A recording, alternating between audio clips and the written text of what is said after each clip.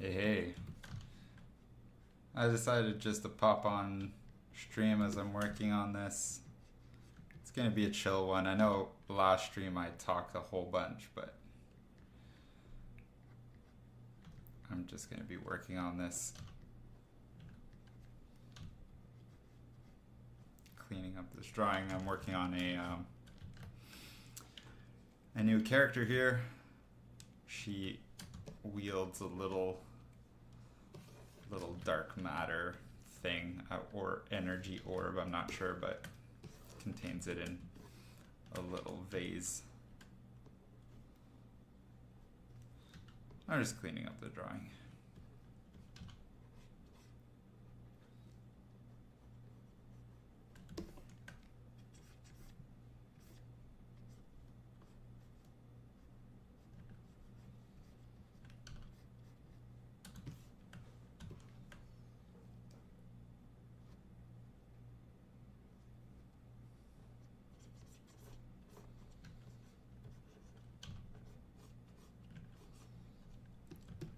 It's nice to see a realistic pace. Not a full drawing in 60 seconds. Yeah, I know the like time-lapse shorts and stuff these days can kind of set an unrealistic standard. That's why I have so much like real-time work, like longer form videos, and why I'm live streaming. So I think it sets a better expectation of how long stuff actually takes to do, even if I do work quickly. It's not 60 seconds.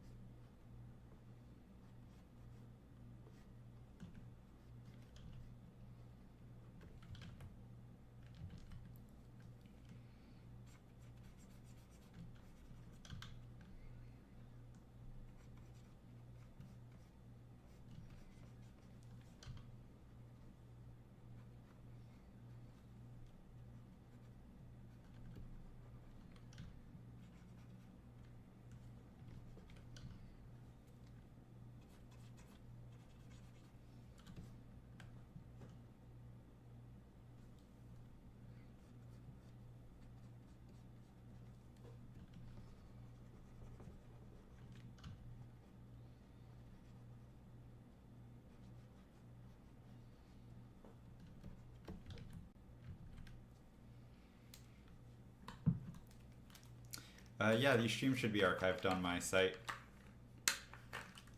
or on my channel, I should say.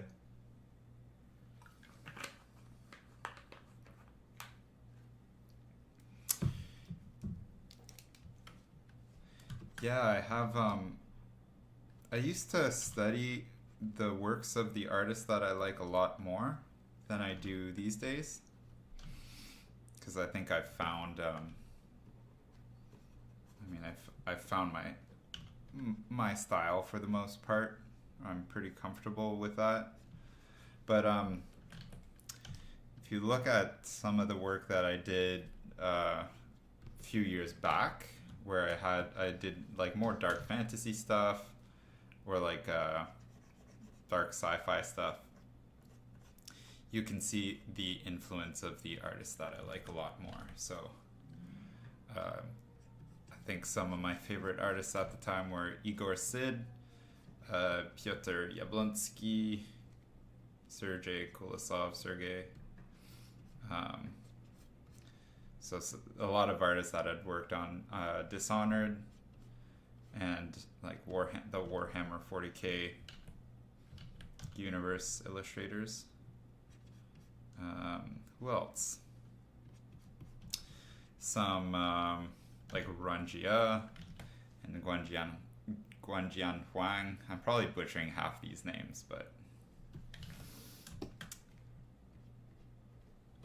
yeah, if early in your art career, you should definitely be learning as much as possible from the artists that you like.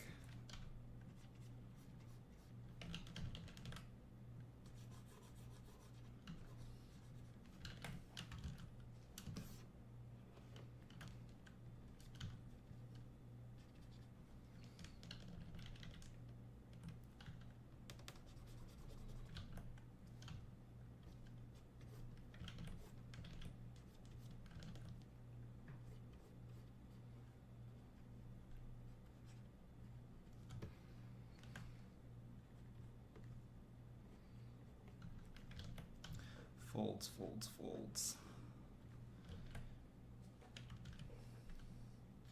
From imagination. This can be tricky. I'm focusing on the silhouette, and then I'll, like I started doing here, I'll resolve the internal folds once I get the silhouette kind of cleaned up.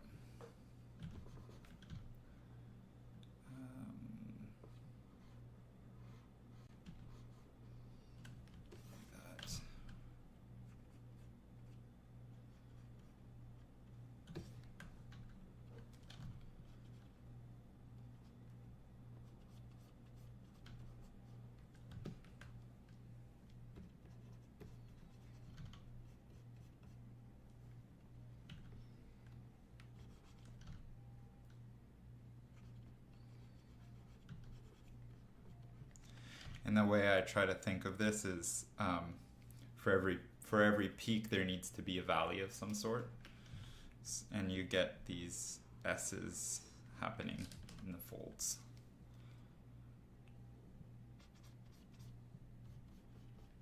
So here we'll have a peak.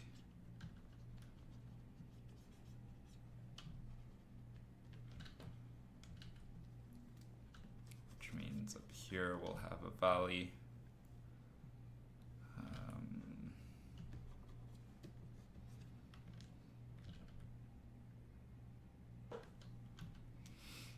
I'm also trying to think of like the like points of tension coming from the knee.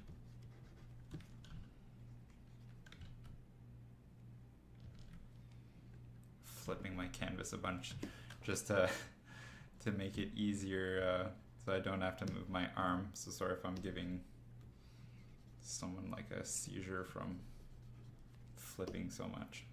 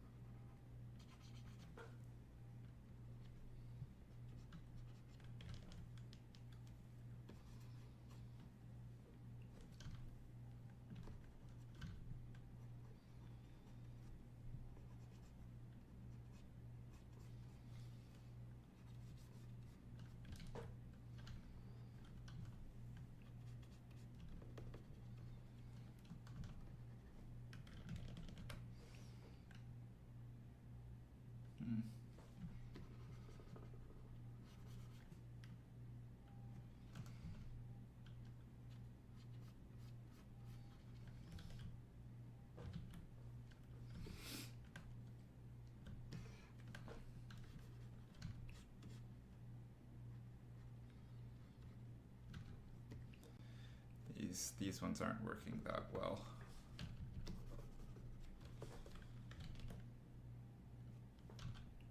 Maybe I just need to simplify.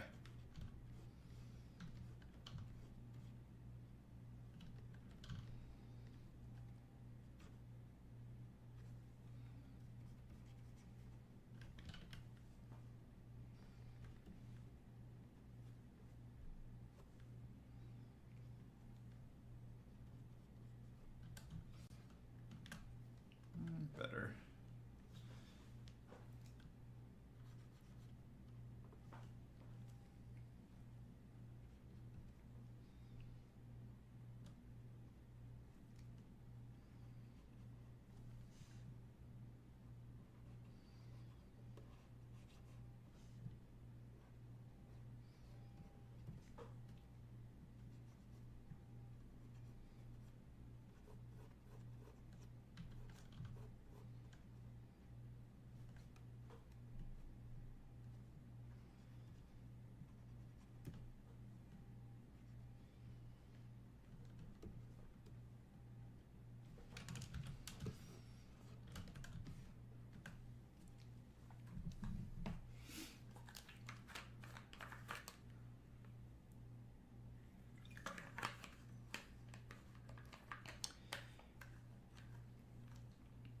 Were you ever worried about your drawing speed or just focus on making the best art possible?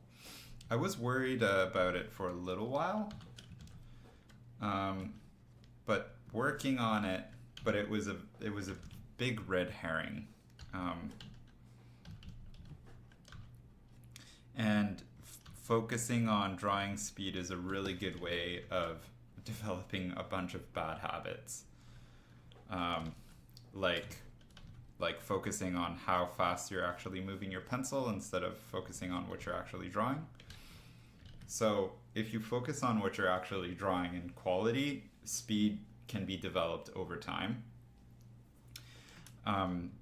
Because speed comes from not making mistakes. It doesn't come from how fast you move. So the less mistakes, it comes from efficiency, basically, not from, not necessarily from how quickly you're moving. Because if you make a whole bunch of mistakes just by scribbling quickly, you need to fix them all, and that's super inefficient. So it's like, there's sayings in sports that like slow is smooth and smooth is fast, and it's really kind of the same thing for drawing. Is like, if you slow down and you just focus on what you're actually drawing, you make less mistakes and you get to an end result faster. And so I think it's important to focus just on quality.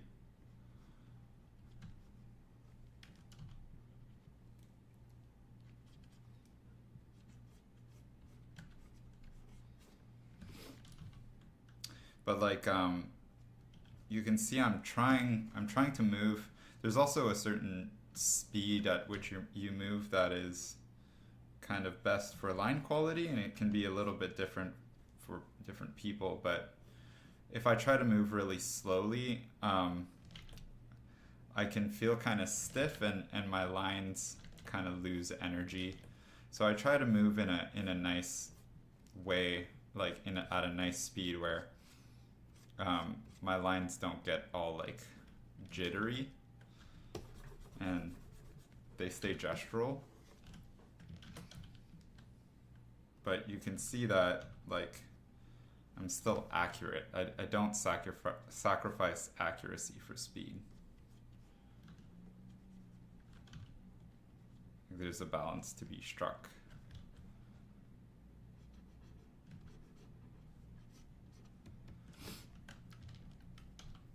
And then once you actually start getting, like once you've drawn something a gazillion times, then you get faster just by the nature of doing it so many times.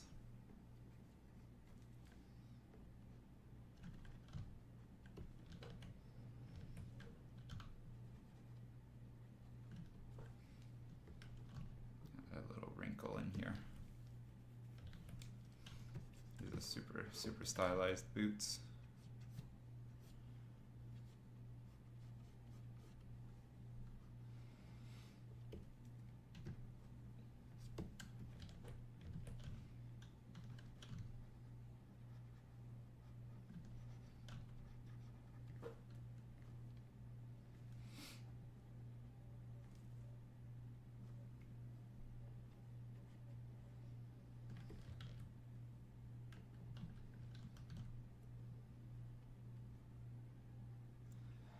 Might add more detail to these a little bit down the line once I refine the design more.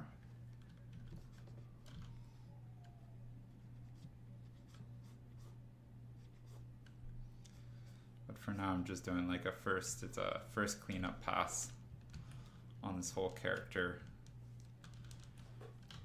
just to get everything on the page.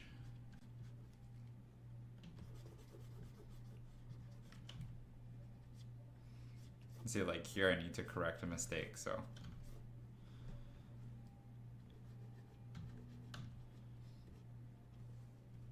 if I just would have slowed down and double checked my proportions and my perspective,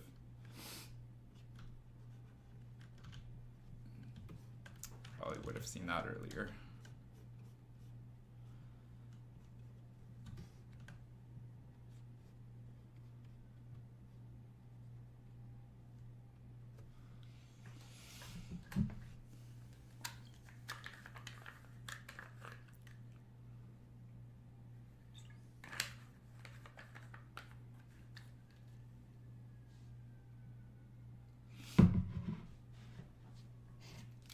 Drawing tablet am I using? I'm using a Wacom Cintiq 22,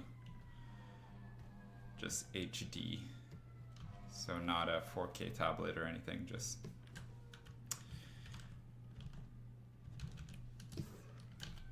it's a great tablet, but I think use the tablet you can afford. And sorry about the sirens. Had a huge snow dump in Montreal in the last couple days, and there's lots of fire trucks and sirens and plows and stuff going on outside to clear the roads.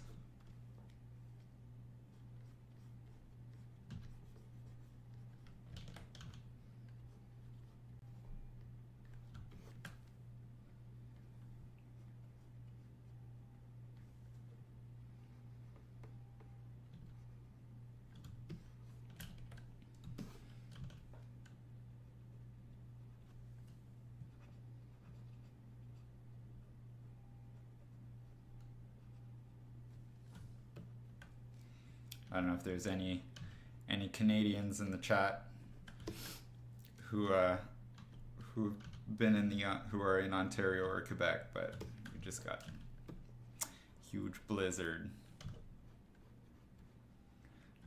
of the year.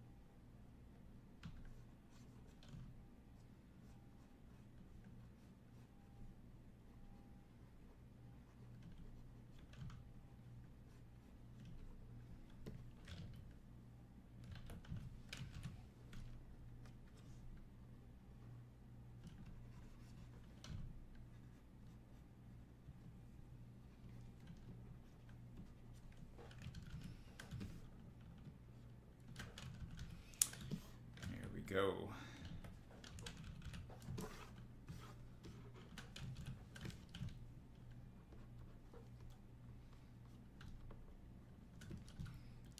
Finish these bracelets. I want to make these a little more interesting than just cylinders.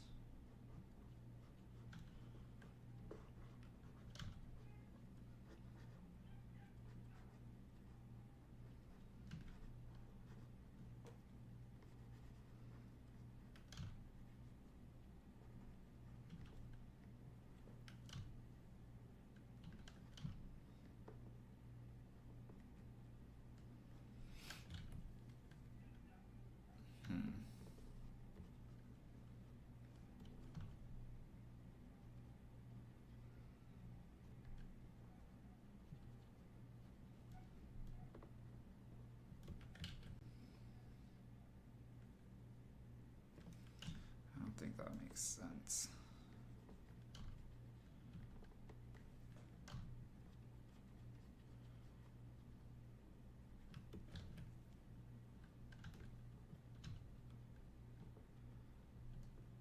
Knuckles were like too high up. This hand to be like bunched up, reaching in the pocket.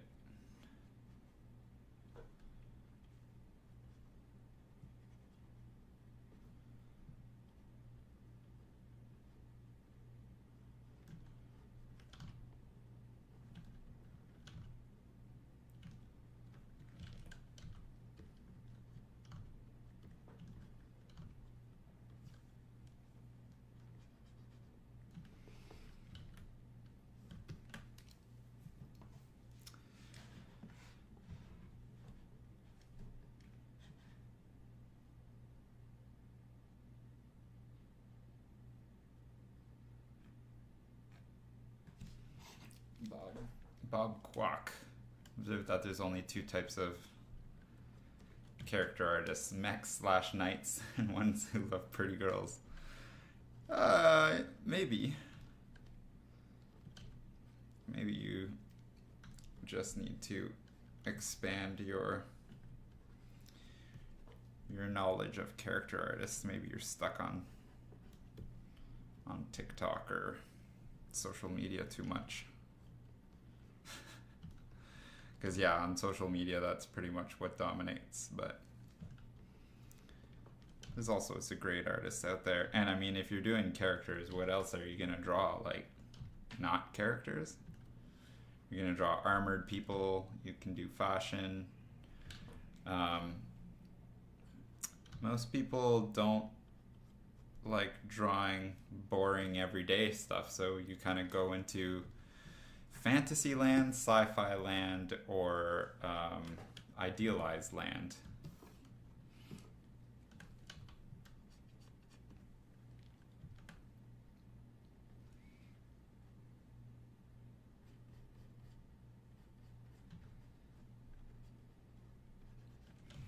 But I think you're forgetting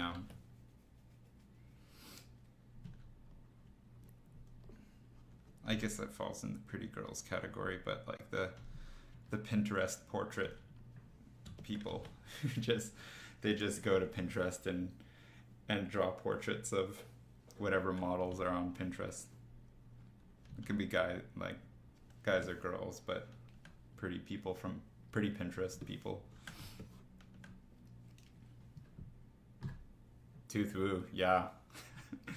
Tooth Woo, hail the master. I mean, but he also falls into the mech/knights / but he also does creatures. Yeah, I know you're joking.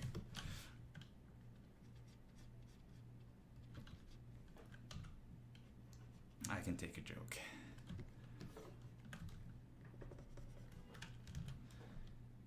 Most of the time. Okay. Let's look at night. So this is something that kind of frustrates me. So I don't like this face, but I like this face. This is just me. Let me know in the comments. Like this.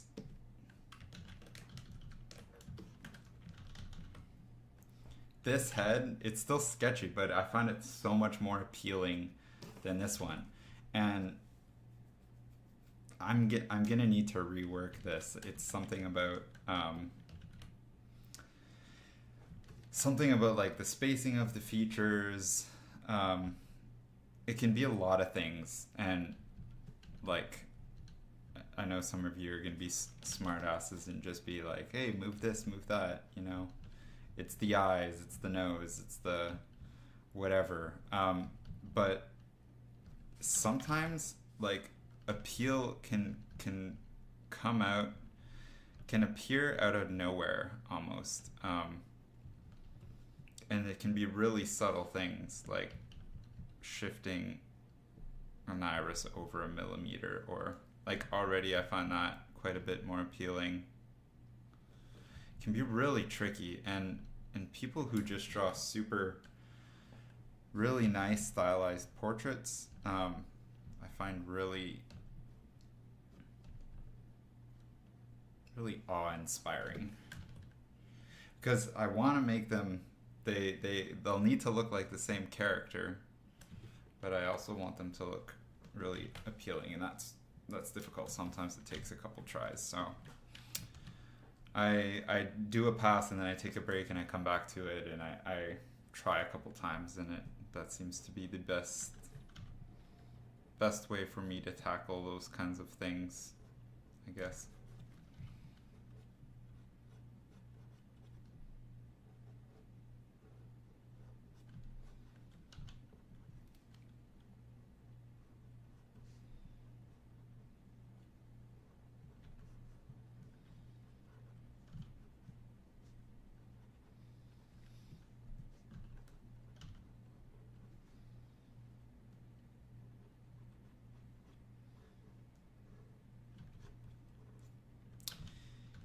hands, something that people often overlook.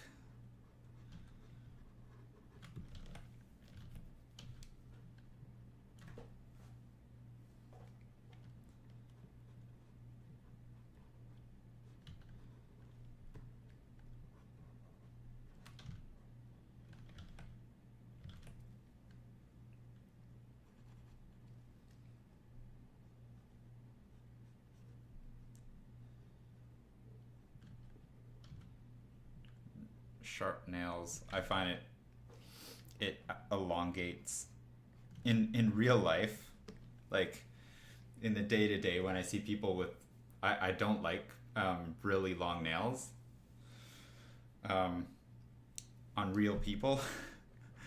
I find it like, well, for I rock climb and I play guitar, so and I draw, you know, I do like a lot of stuff with my hands.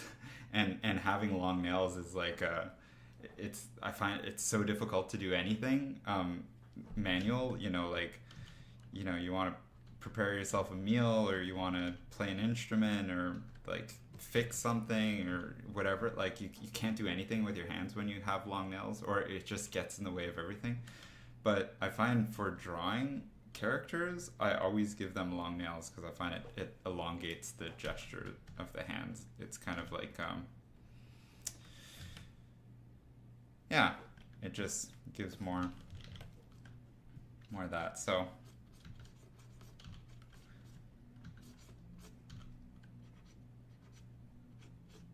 some people sometimes attribute to like I draw stuff that I like always, but you know, a lot of stuff that can look good in a drawing does not translate over to reality whatsoever. Often, you know, I design stuff that's specific to a pose, for instance, or you know, it looks good from one angle but would never work from another angle. And obviously some costumes are way more practical than others, but sometimes it's just for the drawing. Like who would have a pot like this on their back? Like this would not be comfortable whatsoever. But it doesn't matter.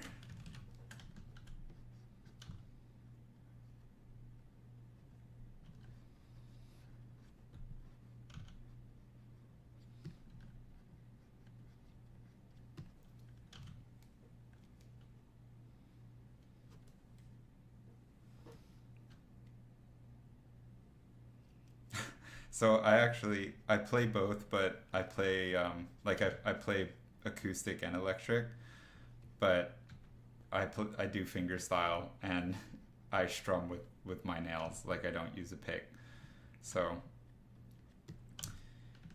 I kind of get away with it. Mostly because I'm lazy, but I guess that laziness turned into ingenuity at a certain point. I tried learning flat picking for a while because I was learning some bluegrass technique, but then I came across some other guitarists who use different plucking techniques, and they can still get the flat picking sound.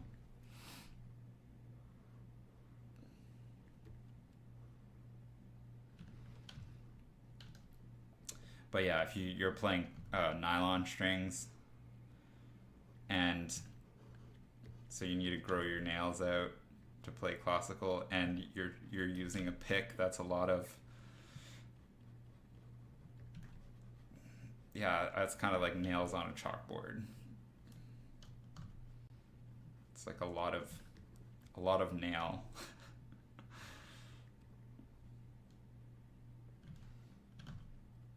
Like I imagine holding a pick with long nails would be kind of difficult, and that the nail would get in the way of the pick and vice versa. But hey, you get used to whatever you practice. So I'm sure somebody out there is an expert with that technique.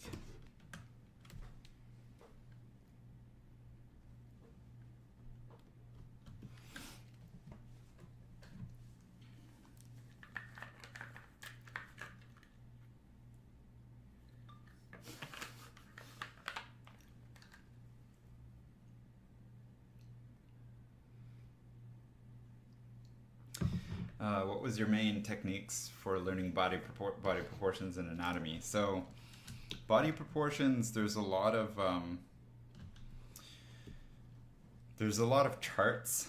Like if you just look up drawing like body proportions on Google Images, I'm sure you'll find a whole bunch of different charts that show like how many heads, how tall a figure is, like how many heads tall. Because a lot of it comes down to like comparative proportion. So you use a part of the body, generally the width and the height of the head, to measure other parts of the body. And then you'll see that in different industries, people use different proportions. Like you have, let me try to pull it up.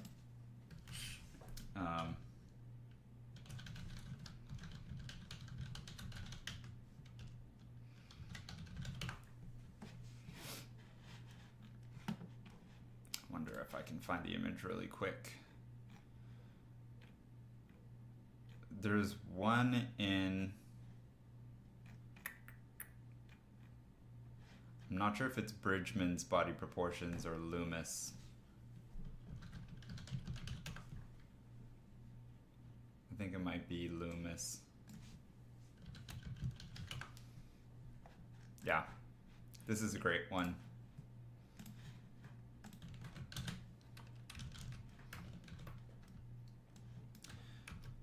So this is Loomis's breakdown of body proportions, and you can see that depending on what you want to achieve with your art, you'll use different proportions. So, you know, in reality, this is kind of what we see, the average man, around 7.5 heads. You know, if you're, obviously that's going to change if you're 5 foot versus 6 foot. But generally we idealize when we're drawing. So I generally use an 8-head figure for the girls that I draw, or a little bit more than 8 heads, like maybe 8.5, but that other half will come strictly in the legs. So I elongate the legs and I keep the torso the same length. Sometimes that's added purely by having someone wearing heels, like a 6-inch heels is half a head. So in the fashion industry, they like tall, lanky people, so they generally do something like an 8-head figure if you see any fashion drawings. And then you get stuff like mannerism and heroic figures that they use in like comics, superheroes, that sort of thing, where you have this like 9 or 10 or 11 head figure. It can get really crazy. So it depends what you want to achieve with your drawing. But that's like proportion. And then anatomy, you just find yourself a good anatomy reference, like from a medical book, or you know, find like a medical reference to learn the muscles, because there's a big difference between learning anatomy and learning how to stylize anatomy. Like stylization is a different practice. So you kind of got to learn how the real stuff works first, and then you can stylize it.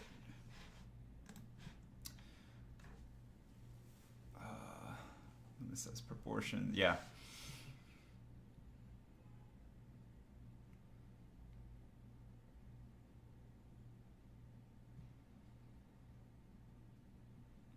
Yeah, I mean, proportion and perspective, structure, they all go hand in hand, and they really are like the fundamentals of drawing. So they independently, they're quite simple. Like you can study, for example, you can draw a cylinder, right? You can draw a cylinder on its own, that's easy. You can draw a cube, right? This terrible cube, but cubes are easy. You can draw cubes in different, you know, orientations. That becomes a little bit harder, you know, starting to rotate a cube. And an arm, like if we just take this arm, we can break this down into, you know, a couple cylinders, right? So that kind of becomes easy. But now you need to combine the anatomy of the arm, right? So like the overall structure, we know that it's a cylinder, and then we need to rotate the cylinder and maintain the proportion. So now you're combining perspective, structure, anatomy, and proportion all in one, right? If we want to bring like this arm forward, for example, we'd have it super foreshortened, and then we'd have like the wrist joint, right? And then maybe we have this arm, this hand like tilted downward.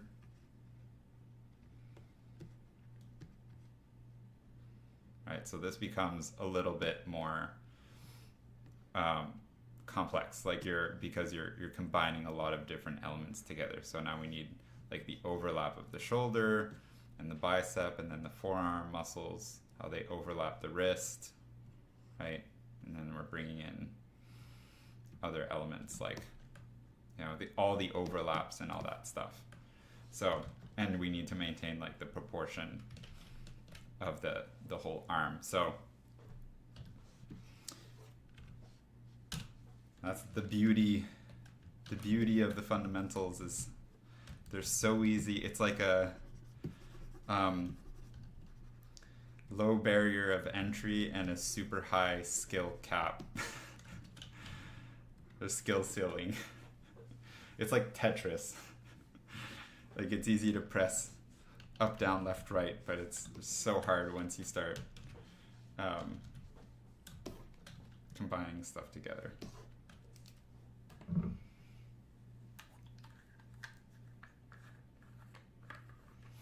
So I'm drinking a lot of water because I had a really salty snack earlier, and I'm so thirsty.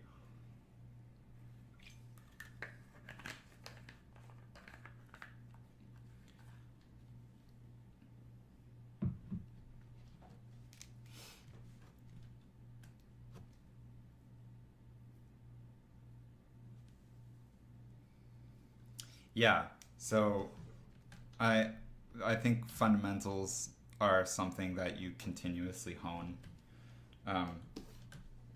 You're always practicing them, like no matter what you're doing. It's like it's fundamentals are like English or any language. Like concept, if concept art is a book with a story, fundamentals are the language. So you can speak a language, you can write a language, you know, you can read a language, right? So those are kind of the fundamentals of verbal communication.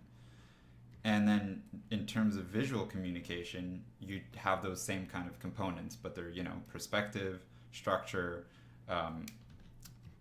like anatomy, gesture, you know, there's a lot of them, composition, lighting, materials, like, and depending on what you're gonna end up drawing, you'll touch on different specific fundamentals. But for example, if you're an environment artist, you'll focus a lot more on composition, but composition is still important even if you're drawing a single character. Like I'm thinking quite a bit about composition, even if I have just two figures on the page, right? I want spacing between them to be aesthetic. I need to think of where the perspective is, so that you're looking at these characters front on.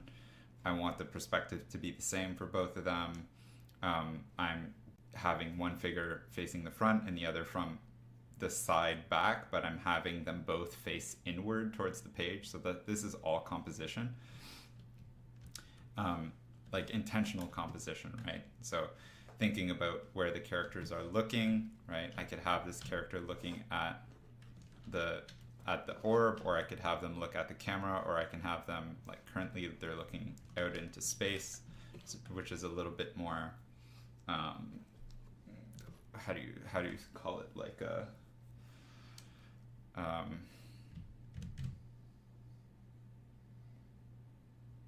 like candid. So it's less yeah, it's just more candid, where this character is looking straight into the camera, which is a bit more like it's a bit more intriguing, a little more mysterious because the character is facing away. So it's just, it all goes into the storytelling. But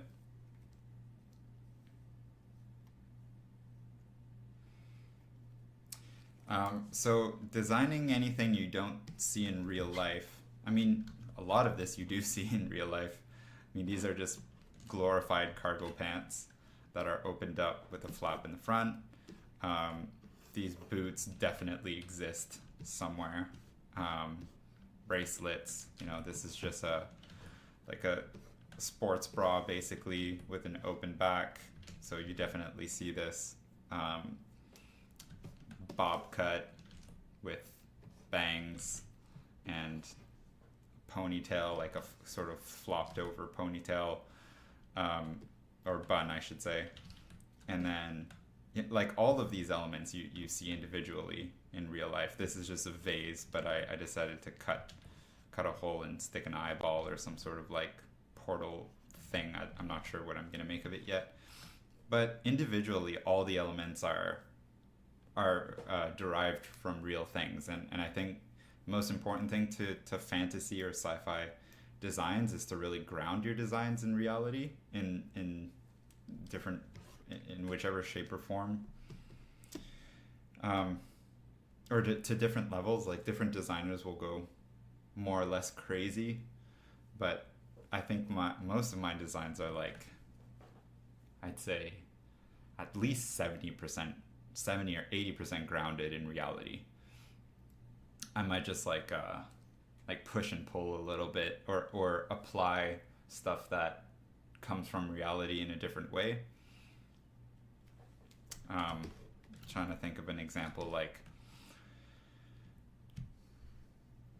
you know, you might have you might find a pair of, like, let's say a pair of like shorts or a pair of pants that you like. I might take the different, like, the materials and the way it's sewn together and all that stuff, and I might turn it into like a full body suit, you know, or turn that into a coat. Or I might take an object that is like not used as clothing. Like, I might take a backpack, for example, and turn a backpack into, you know, a coat or a pair of pants or whatever. Like, take the shape design and the manufacturing of one object and apply it to a different item. And that sort of it's kind of like cross breeding in a way. You're kind of taking elements from one thing and reshaping it, giving it a second life. That's really where ingenuity comes out, right? Almost nothing is created just from pure imagination. Like, because your imagination is just a collection of your subconscious. So if you've never been exposed to it, you can't think of it. Those ideas need to originate from somewhere. So it's just about I think the best designers, and this is something I really need, I try to work on, is the best designers find a way of choosing those objects in a really, really clever way. So let's say I want to create a pair of pants for this character, right? Let's say they're like a desert nomad or something. You, instead of just taking a run-of-the-mill pair of pants, you might choose an object that has to do with living in the desert or something and turn it into a pair of pants. And that's where something like the still suits from Dune, you know, where they harvest the sweat of the person to like generate water and keep the person hydrated and all that stuff. Like, that's where that becomes super, super clever and really interesting and immediately like iconic and symbolic of what it's supposed to be. So it becomes a lot more than just like an outfit. It becomes, you know, part of the story. And then the way people treat their garment or their outfit adds to that. You know, some people will take care of their clothing, other people will, you know, kind of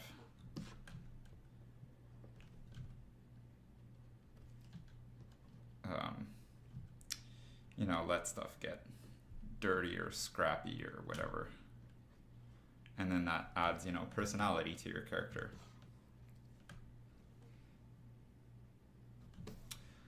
I need to think a little bit more about what I'm doing here. I don't just want to, need to be careful of not just going on autopilot while I'm streaming, because this is, I'm still in the design phase of this character, so I need to make good design decisions.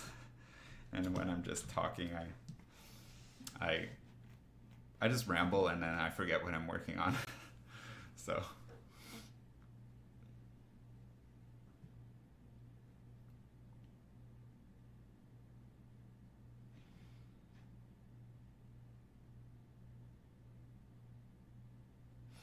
I don't think imagination comes from years of drawing the same thing. I know you might be joking, but I I think that imagination and having imagination is a mix of getting exposure to a lot of different things. So really striving to learn about things that are outside of your comfort zone, and just like learning about stuff that's really niche and particular and bizarre and stuff that people aren't really interested in, but then reeling them back into a more consumable way, I guess. If you're like a production artist, or you know, you're doing stuff for a general audience, so you need to make it like public friendly. But if you take like weird okay, let's take like nuclear physics, for example. Like, how many people are experts in nuclear physics? Not a lot, but because it's really complex and you need years of schooling and stuff to really get a firm grasp of it. But as a concept artist, if you can dig into it just enough to get like a layman's grasp of some of the concepts, and you can turn those concepts into something that's visually fascinating or visually interesting, then you've grabbed like a really niche subject and turned it into something that, you know, that your everyday audience can consume. And I think that's where people attribute like creativity or, you know, a great imagination to, is like being able to do that, being that messenger, basically.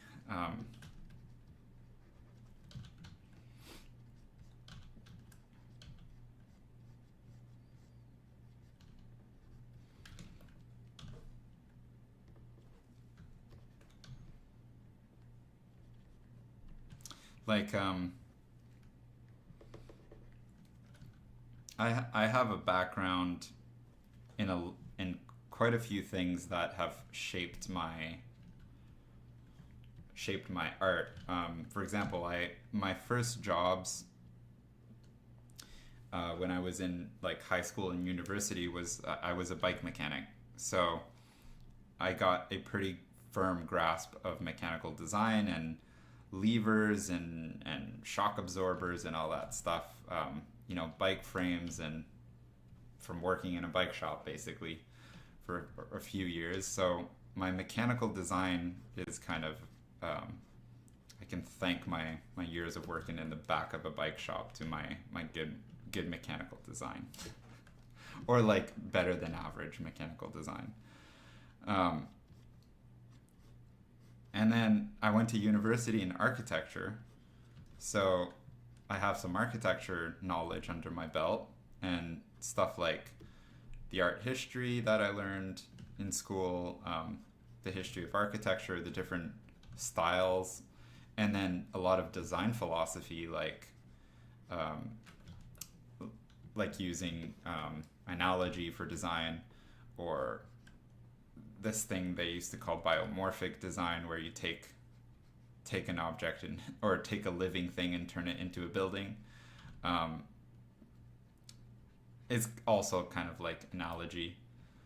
But a lot of that, you know, I still use when I do character design. It's not to say that you should go to school specifically in architecture to become a great character designer, but the thing is, like, those specific or those personal experiences have shaped the kind of designer I am. And I think the most interesting thing about digging into artists that you like is finding what those those root sources of inspiration, where they stem from. You'll see a lot of so many great designers don't come from a strictly a design background or like an art school. Some people will have passed through art school, but you have lots of like famous architects who began studying industrial design, or who began as fine artists and then transferred over. And I think that when you do kind of stumble across those people's history, and you kind of put two and two together, it really makes sense. Like, you can look at my art and see bike parts in my mechanical design, from drawing bikes as a kid. Like the fact that I use this all the time, you know, like a sort of hydraulic piston. I love hydraulic pistons, but this comes from like my favorite part on a mountain bike.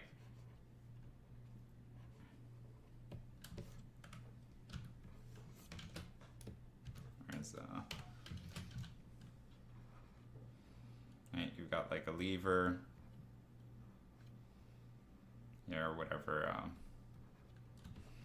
but this will be more like bronze, and then you'll have a little gasket, maybe there's little like teeth notches or something around here, and then I often put this little this like secondary tube here.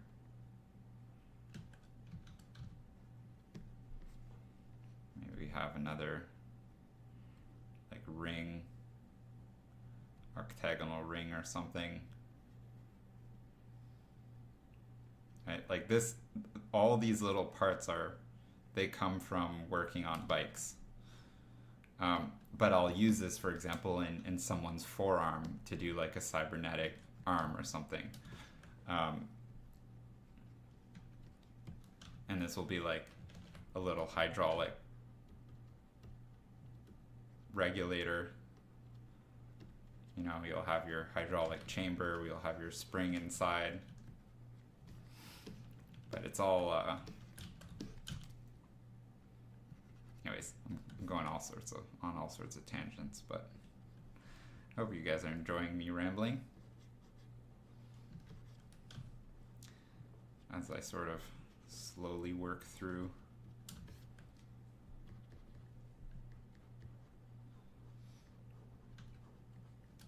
this design.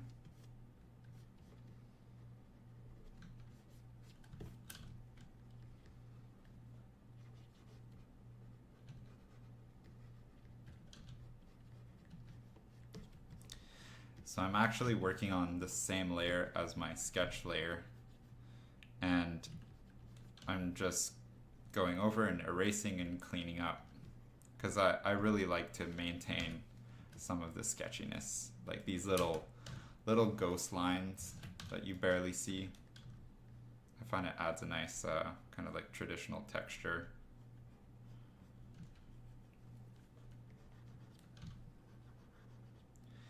And I found that from animating, I like to do my cleanup pass or my tie downs the same way. I find it the fastest way, but it also gives a bit of a grittier, like a less pristine look to the animation. Bit of a rougher look, like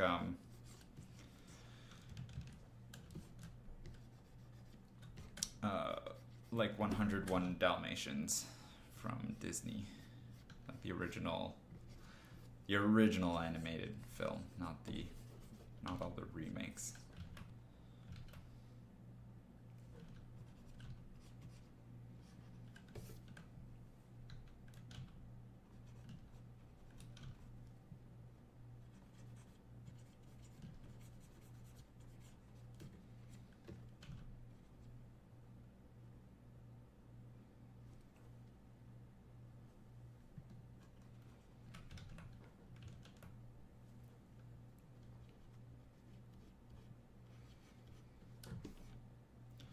Trying to see like how many folds I want to use to show the compression.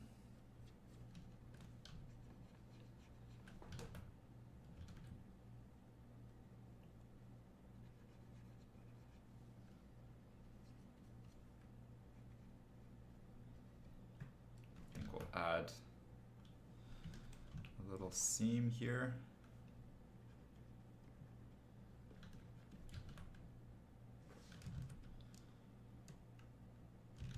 Down the pants.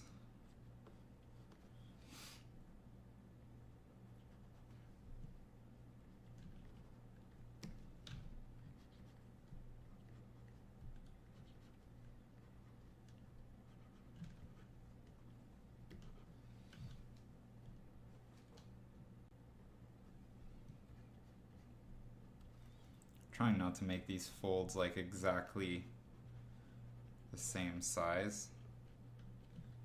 I have to get into the trap. Like this area is kind of repetitive, so I might, you know, turn this into something like that.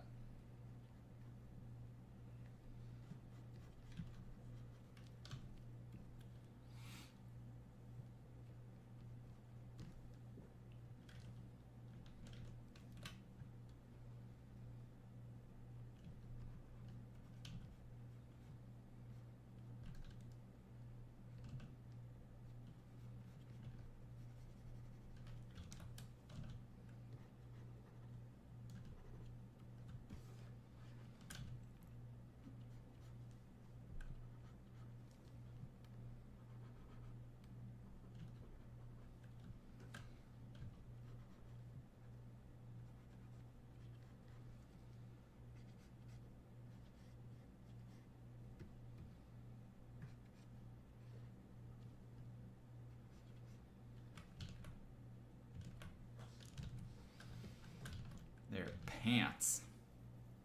She got pants.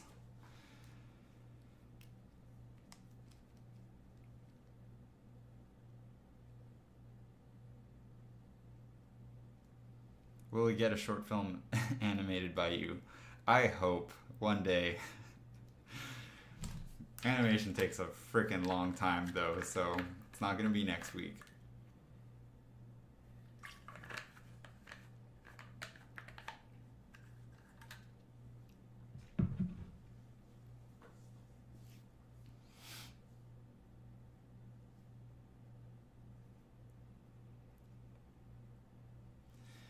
How would you go about designing a character for a client when they don't give you much info on the character? Well, that seems like an issue. So, it's kind of a pet peeve of mine, but it's kind of something a lot of designers, professional or not, deal with, is a client or an art director or somebody who's commissioning or asking work from you and they don't really know what they want, or they kind of leave the door wide open. So what I would suggest is, first of all, you want to ask them, you want to tell them what you need. You want to help them help you. Help them help you. So, and this can be difficult for some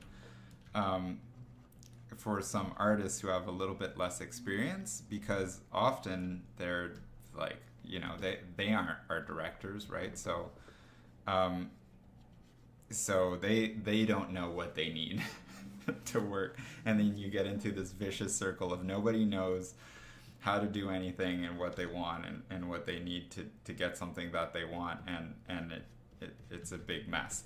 So this is what I suggest to kind of like work on as an artist. You want to understand your process in a way that is really reliable. So kind of like a cook will know his ingredients and have his recipes, and if somebody asks from them like design me a menu, you can ask them like, okay, what do you want on your menu? Do you want fish? Do you want meat? Do you want soups? Do you want, you know, whatever? And then they have like a limited list to choose from. So for example, when I'm starting a character design, I need a character brief, so I need some background story, and that background story can give me a description of the character and what their role is in the story, so I can immediately start looking for archetypes to rely on. I need to take a little break to think of this, because I can't design and think of this at the same time. But I need some sort of art style to kind of shoot for. So I'll often ask them what kind of piece from my portfolio that they want to kind of aim for in terms of style and vibe and whatever. Because that's like a language that a lot of clients can understand, is like, what kind of feeling do you want to achieve? Like, do you want something badass, or do you want something, you know, funny or whatever?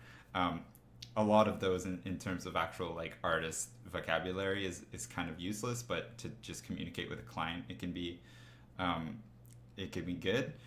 And if they don't like what's in your portfolio and they start giving you like references of other artists, you can decide to try to learn that art style, or you can try to find like a happy medium. So basically you get a brief about the character and an art style to shoot for, and then you kind of want to start defining a sandbox of like what kind of shape design, what kind of color, what kind of like materials you want to use, maybe the portrait reference. And by gathering reference and trying to communicate and trying to close that sandbox in which you can play, by being really transparent with your client, you can kind of hone in on a design, like slowly but surely. Now different clients will be more or less patient with you, but it is a process of like, you know, just back and forth, asking them questions, finding reference. But you basically, until you have a concrete idea of what they want, you want to draw as little as possible. So you don't want to go and like draw a million designs and then give it to them, because that can be a lot of wasted time. And drawing a bunch of designs is a lot of mental work, especially if you're trying to draw good designs, and to offer them good solutions. Like you want to be efficient in that opening stage to define that playpen that you as a designer can work within. So I'd say work with a lot of reference images, do some research, and try to like close that margin of like art direction, shape design, color scheme, and art style, basically. And then from there, it's kind of like the playpen is defined, and you can start actually, you know, drawing thumbnails and sketches and working in a more secure like environment, I guess. Because then if at that point, if they come back and they're like, wait, this is not what we talked about, like I wanted something completely different, then, you know, you have a bunch of references and stuff to fall back on and say like, whoa buddy, like we had this conversation already, like this is the art style that you wanted, like this is what I'm doing, or this is what I'm trying to do. Like if it's a new art style for you, then you need to be transparent too with them and say like, you can't learn an art style in one day. But you can try to like adapt. Some clients have asked me for an art style, and I say, okay, it's going to take me a week to actually like get into this art style. So don't expect anything perfect in this time. If they're asking for like Frazetta, for instance, like I had so many clients just be like, hey, we want to do some card illustrations and we want it to be in the style of Frank Frazetta, and I'm like, I am not Frank Frazetta. I'm far from it. And like, good luck if you want to find a person who can just like knock out Frank Frazetta's like on a weekly basis. Like there's only one Frank Frazetta, right? So, you know, you try to find a happy medium, a consensus, and if the client has respect for artists and for craftsmen and what people can actually do, then they'll be open to compromise and have a respectful conversation. If they're not, they'll probably just fall back and use some like generative AI thing now that will give them like a quick and kind of crappy result, but that's inexpensive, and that it's also ripped off another artist that they probably don't care about. So it's a win-win. You don't lose your time with those clients. This is like a long-winded answer.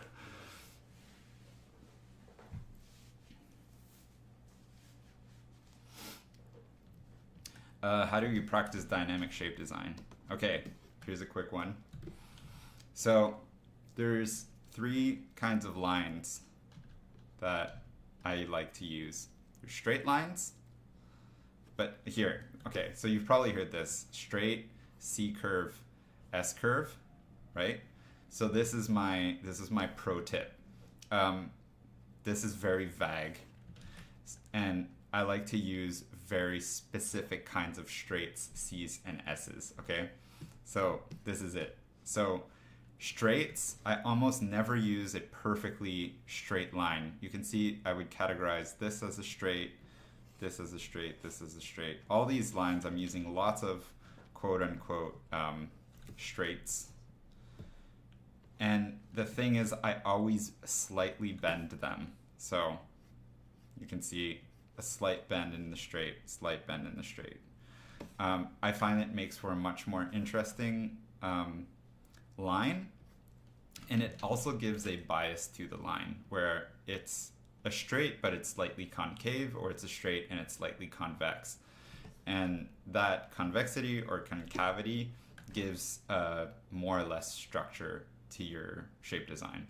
So for instance, this would be like a weaker object, right? If it's got a convex shape to it. And then if you have the opposite, right? If it bows out, it's a stronger object. That's why like muscles bulge out. So those are the kinds of straights that I like. So that's the first thing. Now with C's and S's, I explain to most of my students that you have kind of 2 different types of curvature. So if we look at, if we were to take a circle, this is a horrible circle. Here, we'll make it a little bit wider, and we'll, and we'll liquefy it a little bit. But I don't need a perfect circle for this example. I'm just like being tweaky. So, okay. So if you were to take one arc of this circle, right? So a section of this circle, linking 2 points. This is one kind of curvature that I call just like circular curvature. So basically it's a curve that is equal distance from a point in space, right? And this is boring. This is a boring curve. So if you were to build your characters and all your shape design with very circular curves, and I don't mean to build a sphere, because obviously a sphere is going to have a circle, like circular curvature to the outside or the boundary. I mean, like if you're building, you know, anatomy and all this stuff, if you're using this circular curvature, your stuff is going to look very like bubbly and like a cloud, and kind of like I find it looks kind of amateur. So what I like to use instead of this very circular curvature is the Nike swoosh. So parabolic or hyperbolic curvature. So this kind of curve is, you know, concave or convex all the way through, but it has a peak to it, right? It has, and I call this an elbow. So and the nice thing about this is that you can build it out of two straights. So if you want to do like let's say you want to have a curve here, right? You can start with two straights, and then by kind of linking these two straights together, but using more of like a parabolic curve, right? You get a much more dynamic curve, and you can make that more or less extreme. So this would be a really extreme elbow, right? Where you're basically linking two lines, and it comes to a more extreme point. But you can see that even something more subtle, like this one here, right? It's not circular, right? It's not like it's not that, like this is boring, but this has an elbow. And what this elbow does is it gives speed to your line. So we have speed going in here, right? And then we have a change of direction, right? And speed leaving, right? In this direction, this is ambiguous all the way through. So we have constant speed going all the way around. And in this line, the curvature is high speed, low speed, high speed. And that's what gives really dynamic shapes. So curved, so slightly bent straights and parabolic curves. So whenever I whenever I go through like my shape design here, you can see that like here I have a really circular shape, and it doesn't mean that these curves are bad. You need to keep in mind that if you want something to have more speed or want something to be more dynamic, you want to be using you know, these kinds of lines, right? So more parabolic curves, you know, for instance, like if this is a very circular line here, right, but I want to make this feel like it's really swooshing around and really changing directions, then I'll probably want to do something more like this, where I actually take this like line and actually push it out to create an elbow, to create that change of direction, right? So we get fast, slow, fast. And the same thing here, right? If this is just a boring circular curve, right, I could take this and give it a little bit of a Nike swoosh, you know, a little bit more of an elbow, and that makes it a lot more dynamic.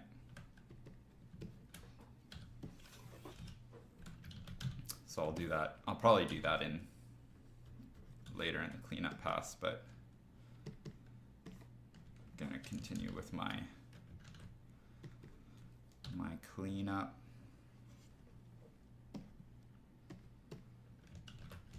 Keep all my I'll keep all my tangents on another layer.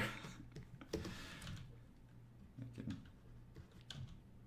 stay clean.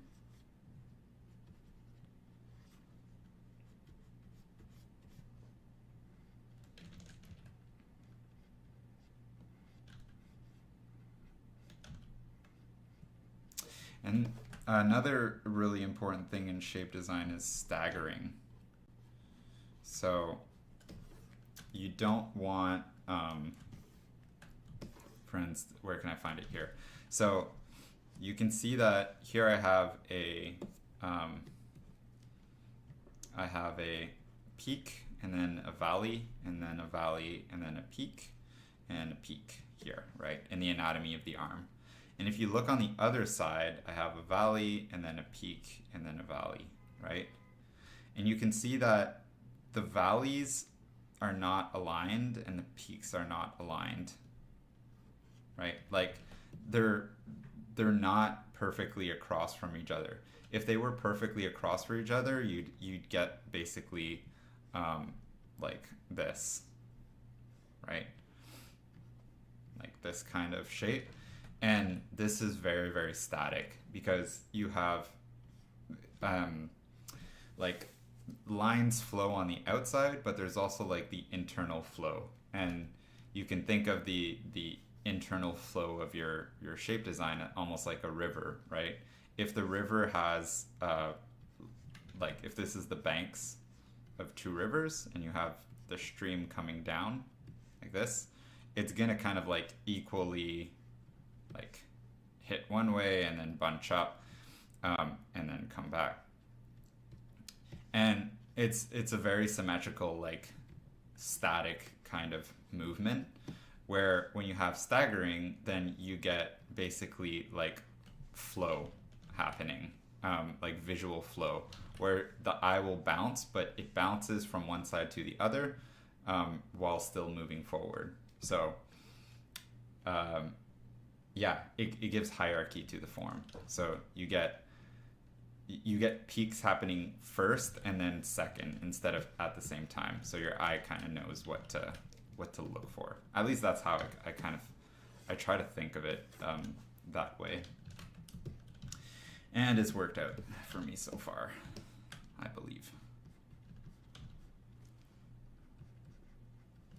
So I'm always looking to stagger shapes and look for variety, right? So that the internal shapes flow nicely. I mean, that it also needs to be accurate to the anatomy.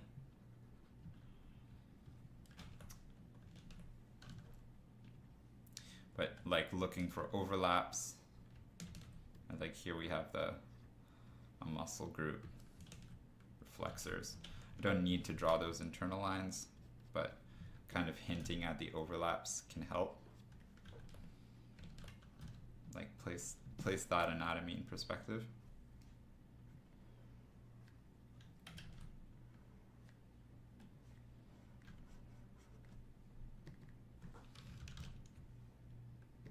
Now I'm drawing on the wrong layer.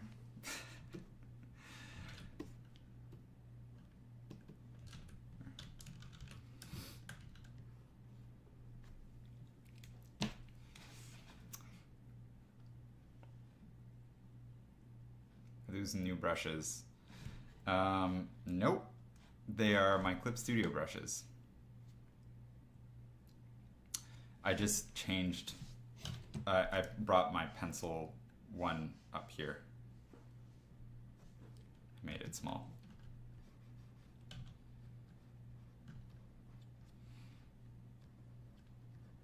But in all honesty, like I make new brushes all the time, so I wouldn't be like, don't be surprised or startled if I'm using different brushes that are than the ones in my brush pack. It's just the nature of being an artist. You're always refining your tool set, and you know, lots of small changes lead they in the end make very big changes, right?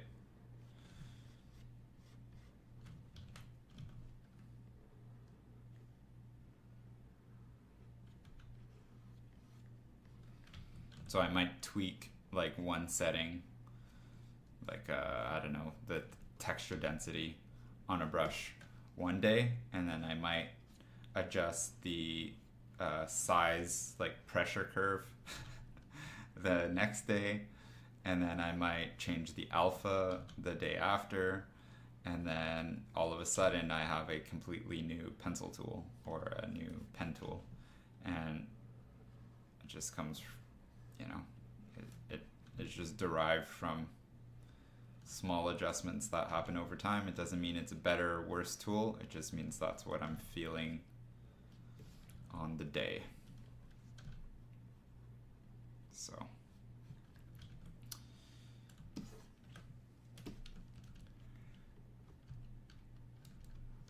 this a perfect little egg shape. Make this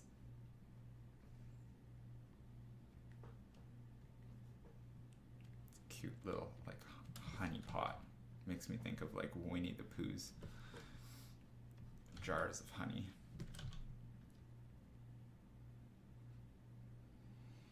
And I kind of want this to be like an iris or an eye of some sort. I might put like a glowing thing here.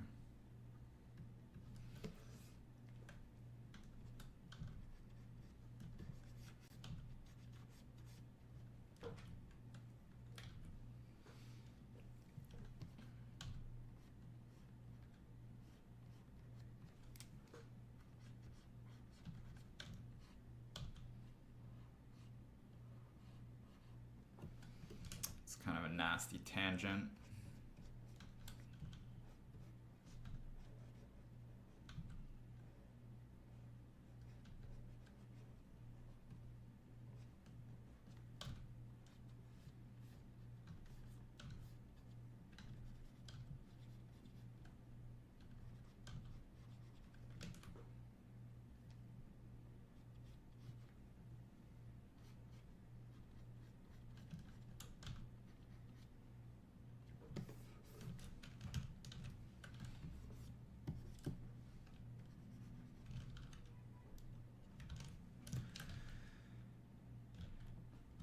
I feel like I'm so zoomed in on this, but I'm kind of focusing on getting a specific kind of line quality, so a little more zoomed in than normally.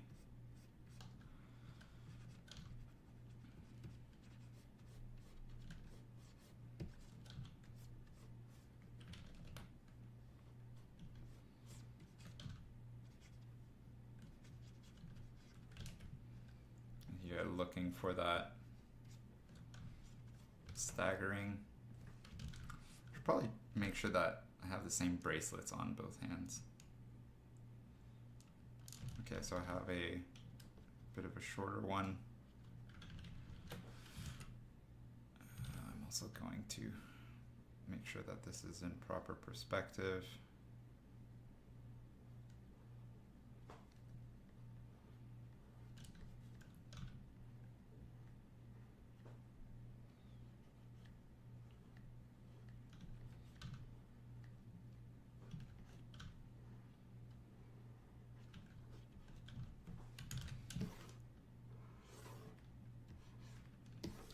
Have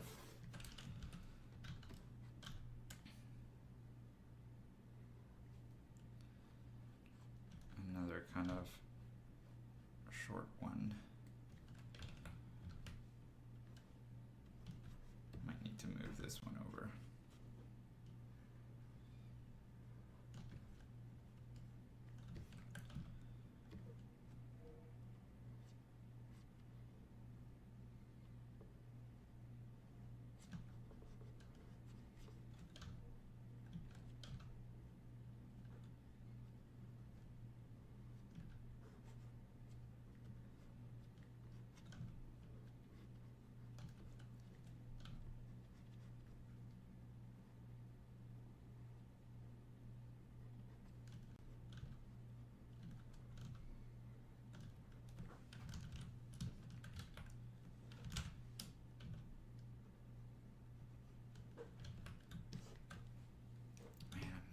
I love drawing hands. I'm just so excited to draw these hands.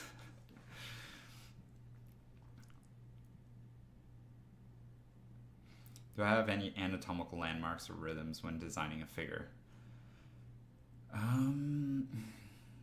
I love the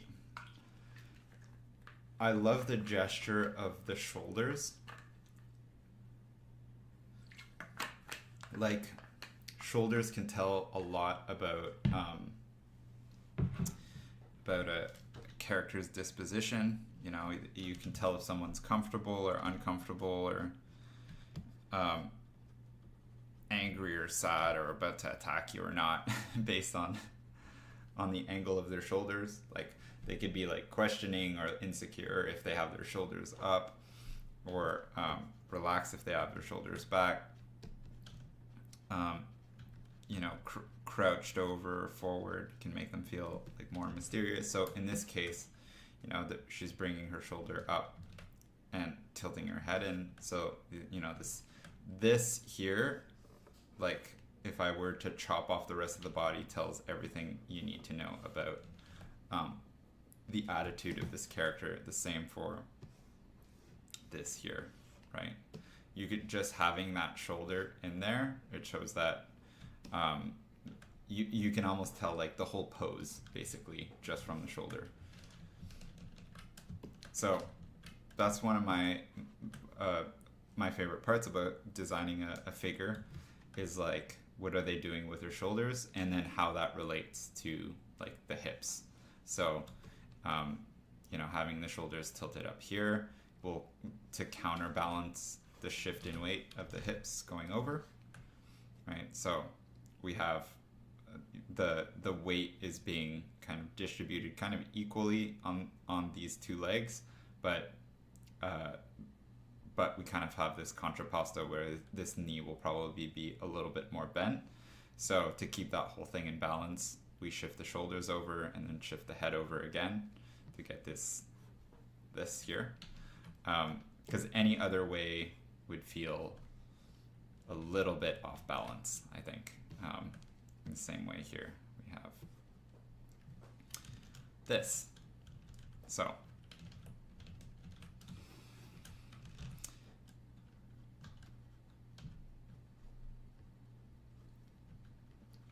and in the same way I design, I do costume design. I design figures in the same way. I think about like, what do I want to tell about the character?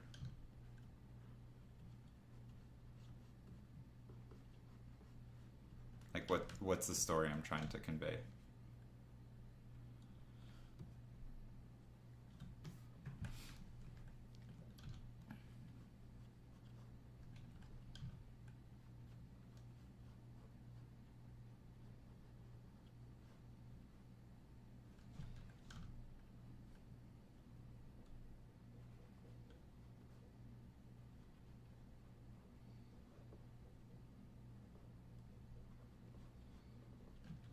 Classic anime hand, has like two fingers, two middle fingers together.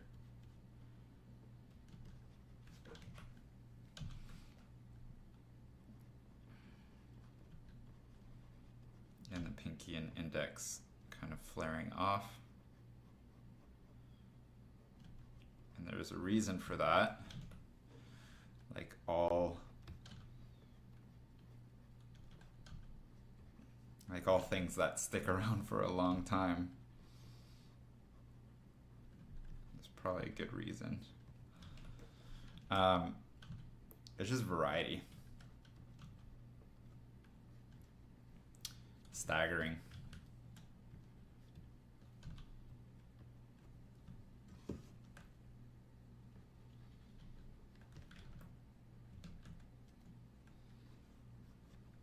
This hand might be a little bit big.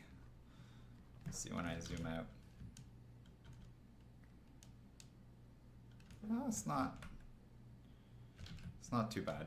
Might be a little bit big. Okay, really foreshortened hand. This one's gonna be a little tricky, but not too bad. So with this, I want to keep in mind the if you were to do the gesture with your hand, right, like what feels natural. And I find that bringing your pinky, you kind of, if you're flaring your hand out or if you're about to hold something, your pinky often braces at around 90 degrees. Same for your thumb, like you'll often clench from both sides with your pinky and your thumb. So I look for like, if the pinky's at 90 degrees, like if the palm is here, right, in perspective. So we have kind of this wedge shape. If the pinky's coming off at 90 degrees here, what is this curve? So if the index is back, so the index is like concave, and the pinky is flaring up, right? What is the relationship between the tips of both those fingers?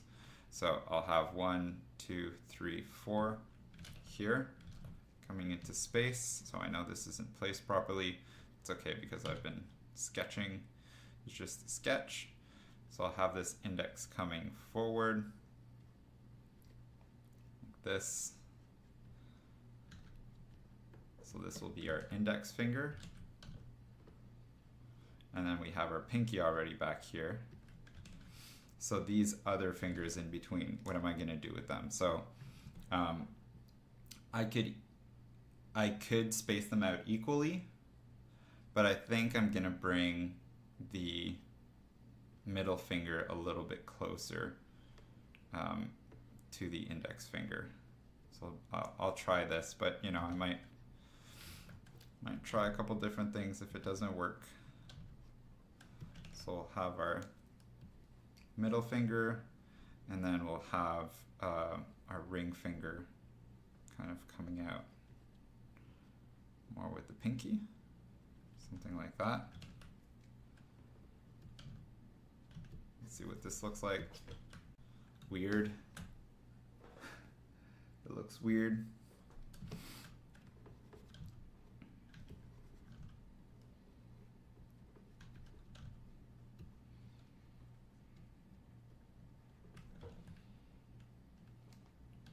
I think that the thumb isn't helping too, so I'm going to bring the thumb out and actually place it where it's supposed to be. So somewhere like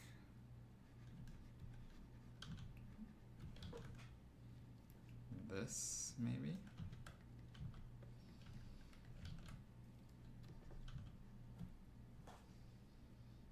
Kind of looking at my own hand.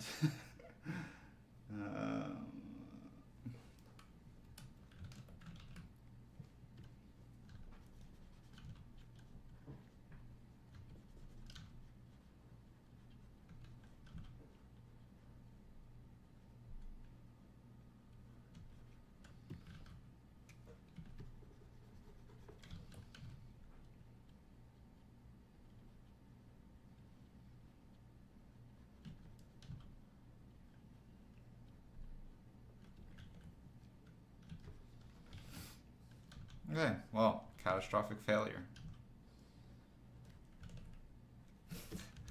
This looks all sorts of bizarre. It's okay.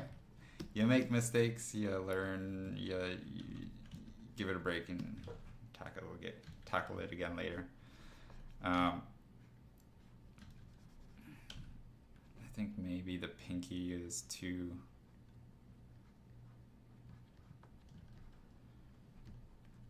far in.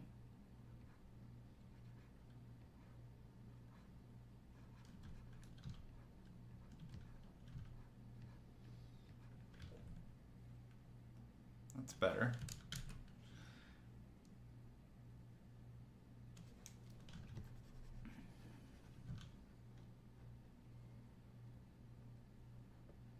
Eventually you stop, I stop seeing like what it's supposed to be. Like I can't see properly. And then if I just try to push through, my hands will probably start looking like AI hands, so.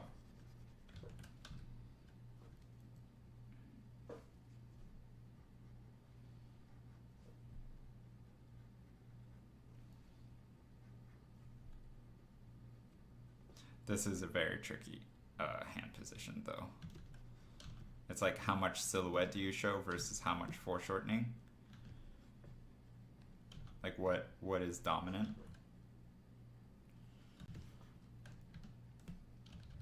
I think in this case, silhouette is more important. So if I were to like straighten this index finger, for example, like bring this here, I think it would read a lot better. Just that. And then here.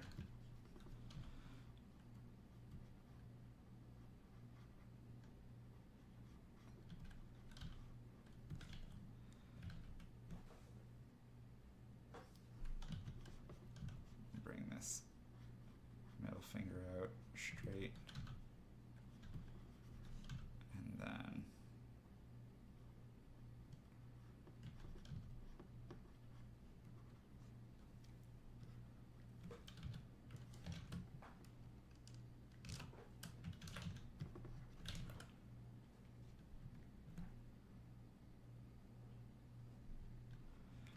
I think something like that reads a lot better.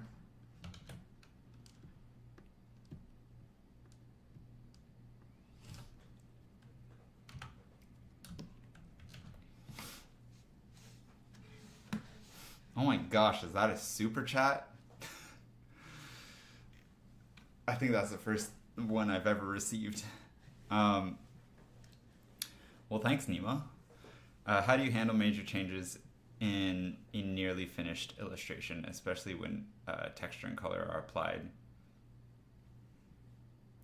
Feels fragile, like walking on eggshells compared to early sketch phase. So, I firmly believe that you save a version and then you just go ham.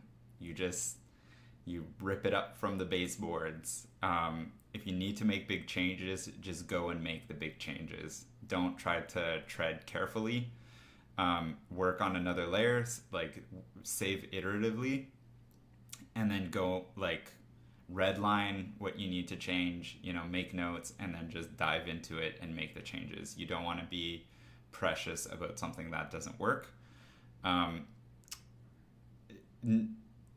Especially, and I know it can be hard, especially if it's something that like a client has asked from you, and you like how the illustration is and you don't want to change it, but the fastest way and the most efficient way is just to go in and like liquefy stuff, move things around,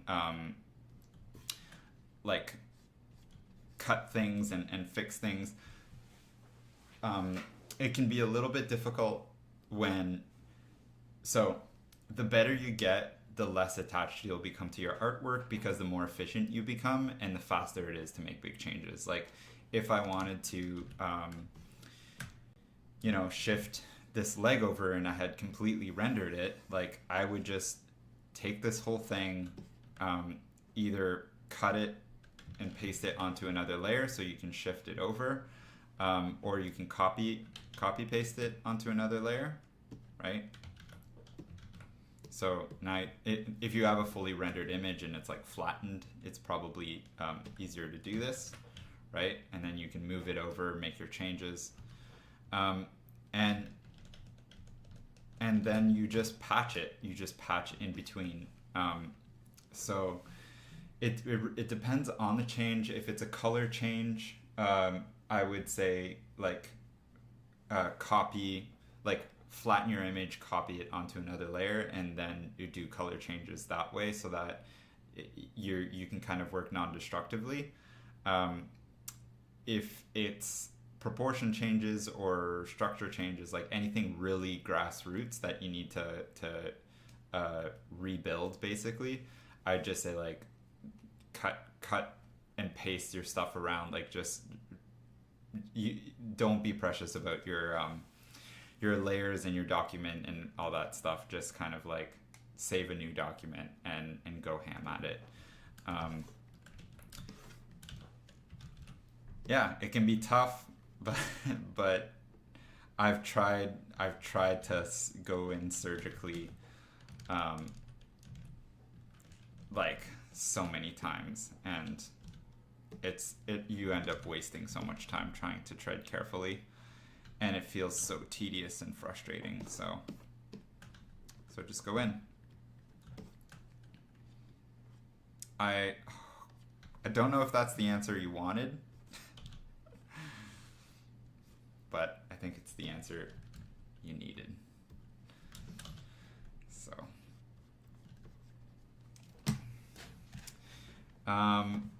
what software is this? This is Clip Studio. Cage, thank you for the hand reference. I really appreciate it.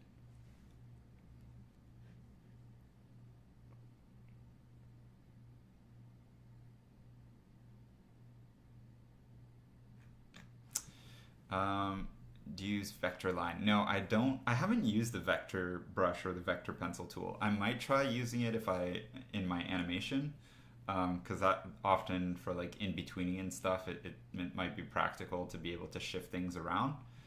But I don't use it in this case. I just draw. Oh my goodness, what did I do? You guys didn't warn me. I was drawing on the wrong layer, and I made a bunch of notes, and I need to erase it. I do any other stupid notes around here? No. Okay.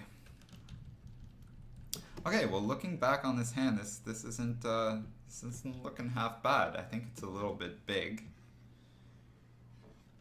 I think I'll make it a tad bit smaller. But there we go. That's the beauty of working on this type of in this way, is that I just erase it back and then do my final pass. No matter how many mistakes I make, I can always erase back and redraw it.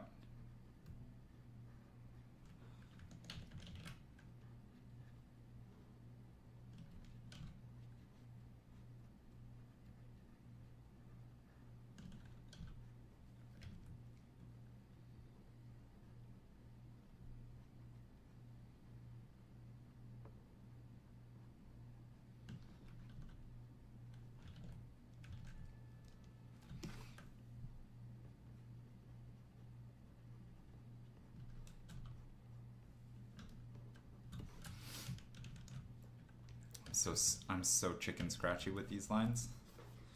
So I'm gonna erase that again and be a little more careful.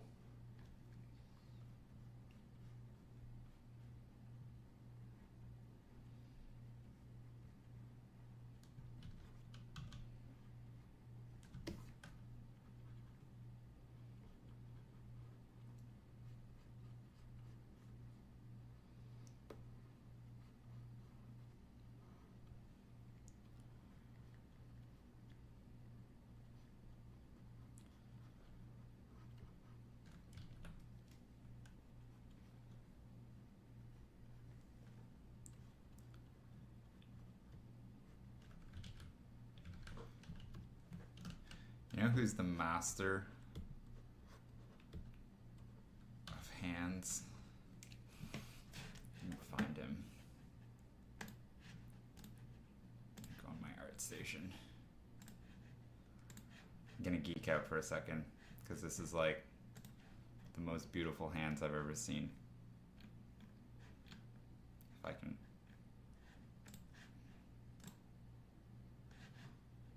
Just look at these hands. Okay. Take a moment and look at this beautifully designed hand. This guy, look at this hand. Damn. I mean, forget the portrait, forget the rest of the illustration. Just the hand. No, I'm kidding. This guy is phenomenal, but holy schmoly, these hands.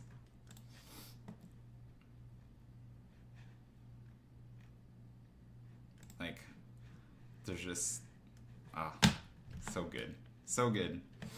I don't care. I don't care for the rest. Just the hands. Just the hands. It's what I strive to be able to draw one day.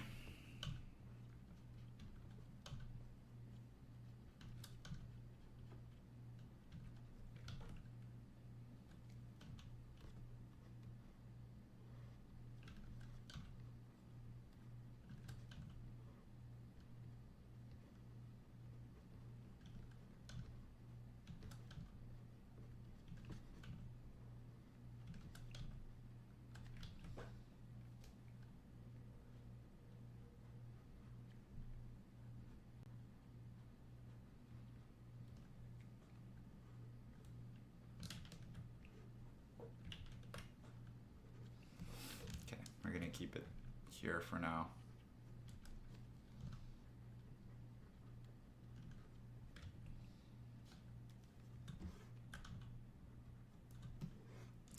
I'm okay with this.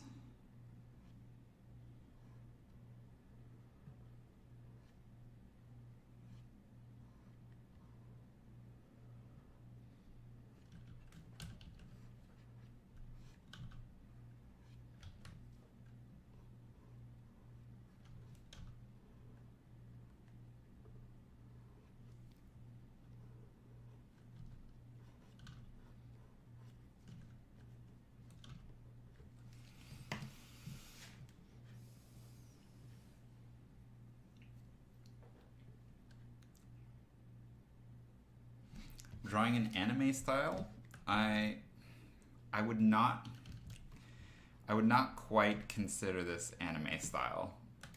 I sort of roundabout found my way into this style, which does have some similarities to anime, but I don't know. I won't put a label on it. Anime is so broad. But sure, if you want to call it anime style, it can be anime style. Just one of like a lot of different, the amalgamation of a lot of different things I've been experimenting with. So, because like, look, if oh, I don't know, I'm not gonna try to justify anything. It can be whatever art style you want.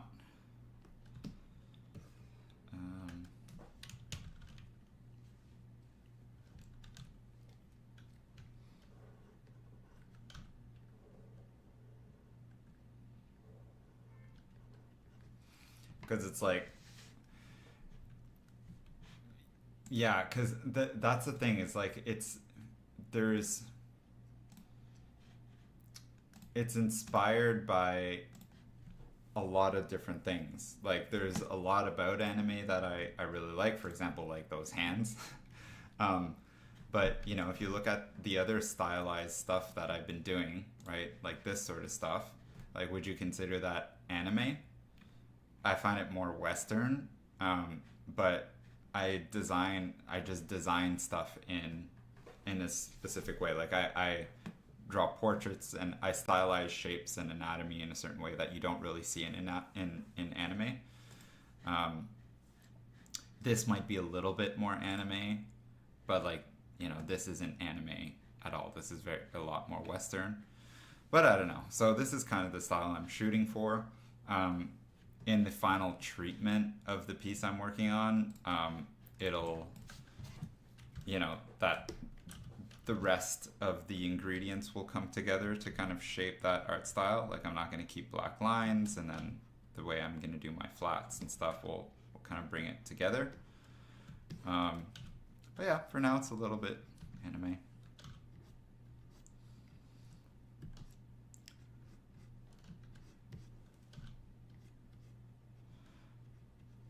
I'm not defensive at all about my art style though. Like I'm not above anime.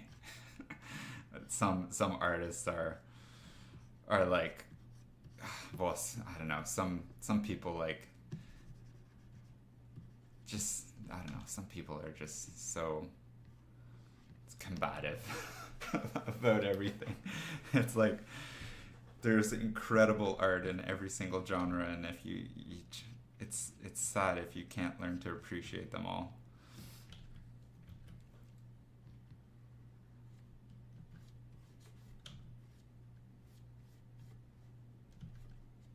And the more you learn about design and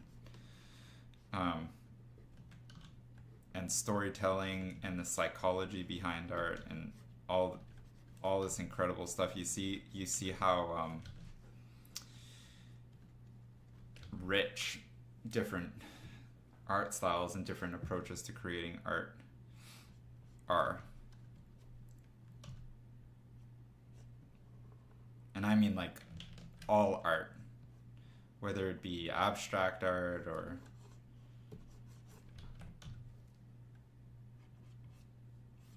modern art, commercial, whatever. As long as a human is getting their hands dirty and actually making it.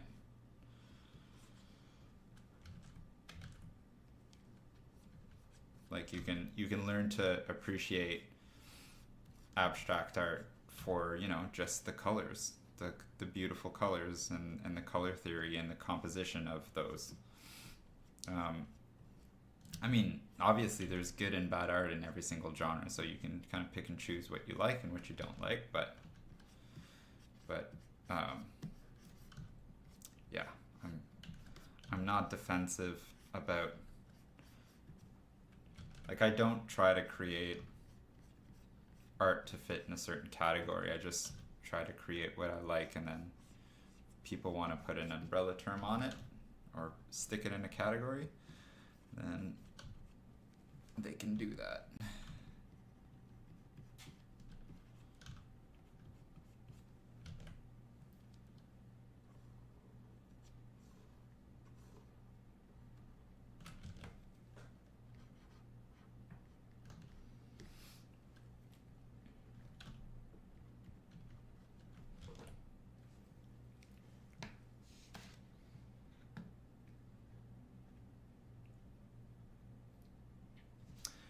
No, I'm not using stabilization for my pencil. I'm just trying to move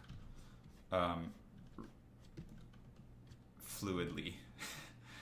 And, you know, from years of drawing, I have pretty good draftsmanship now, so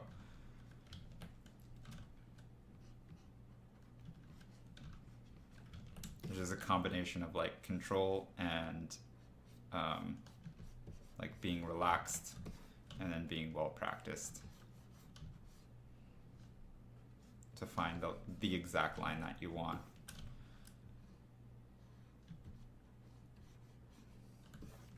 So there's some good exercises to practice that. I just had to check for a second to make sure that I actually didn't have brush stabilization, but yeah, I don't. But like you can make lines and try to trace over them and see like how close you can get to actually like retracing a line that you already drew, and something like an S curve is quite difficult to redo. But you know, hatching is a great way to just loosen up and try to get your line spacing like consistent and your pressure and all that stuff. Like they're good exercises to practice your draftsmanship. Find also like the right length of line. It's like some lengths are easier to do than others depending on how zoomed in or zoomed out you are. You might need to use your wrist or your arm or a combination of both of them.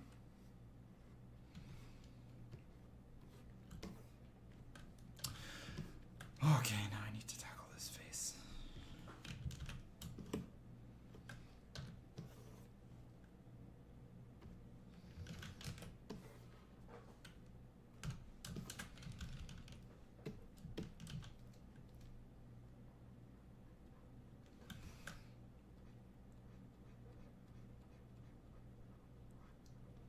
I'm gonna tackle this face, and then once I'm happy with it, I'm gonna call it a day and go make myself some dinner. It's almost 7 o'clock here.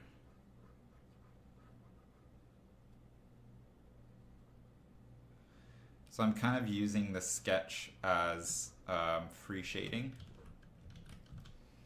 And then what I'm trying to do to get the likeness over is I'm trying to copy some of the shapes. And I'll probably need to review some of the shapes I did on the other one because I think I like this portrait more. This is a very anime eye, this one on this side. Something just about the shape.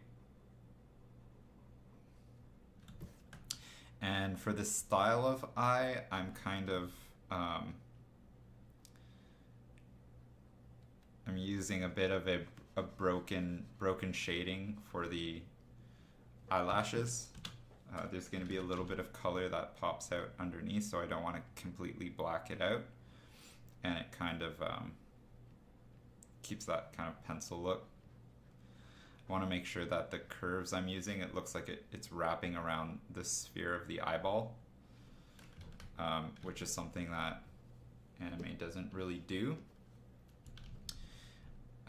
Not that it's good or bad, it's just a style thing, because I have it so ingrained in me of having like more realistic anatomy.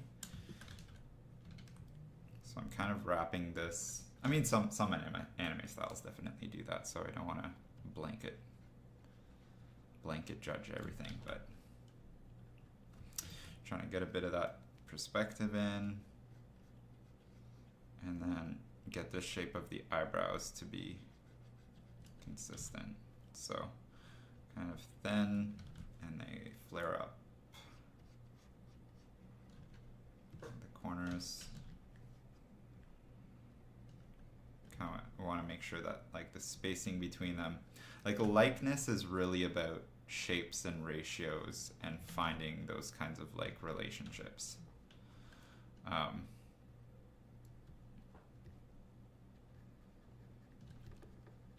And kind of repeating elements. Like for instance, the more recognizable, like let's say this character had like freckles, right? Like this. So this is a super recognizable, and it would be like unique to this character, right? So having freckles on both of them, right? Like your brain instantly marks it as, okay, this person is the same as the other one. And so finding as many of those little things as possible will help make your character feel like you're actually drawing the same person. So here I like using a little bit of the kind of blush or whatever on the nose. Here I'm going to kind of try to find the same shape of the mouth.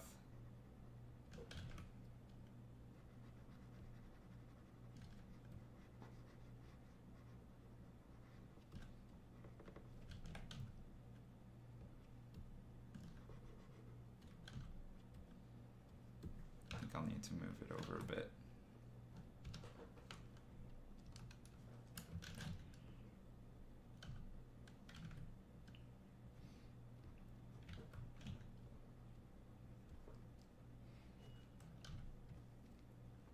I'm trying to be a little bit more subtle and a little more precise with my stylized portraits, which I see a lot in more stylized art. Is like there's a lot of attention given to portraits, and it's something that I've kind of gotten away with, like not giving a lot of attention to portraits in some of my other work. Basically not giving any like special attention to portraits. I still give attention, but I kind of treat everything the same.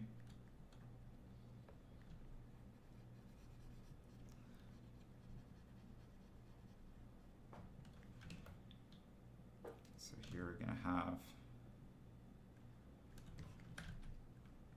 like this is another one, like having these earrings, these big square earrings are very recognizable.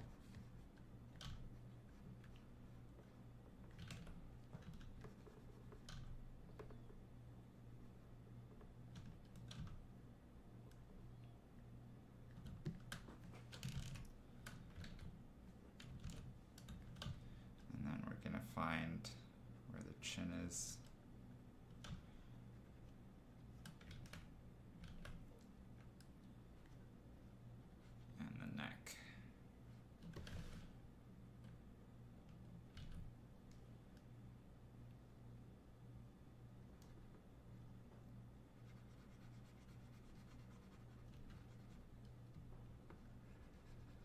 this looks like.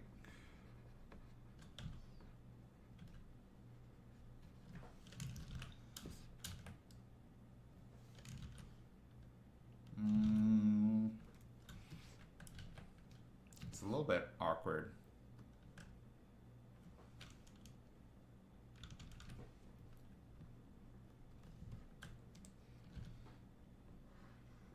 I think I need to move this.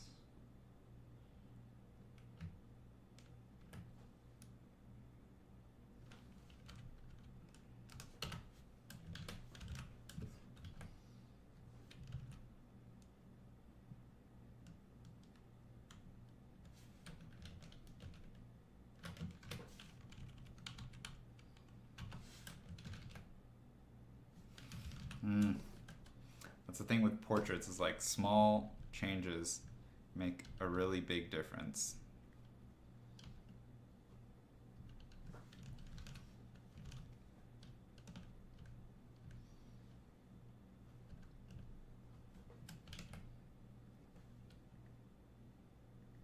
I want her to be like squinting just a little bit more.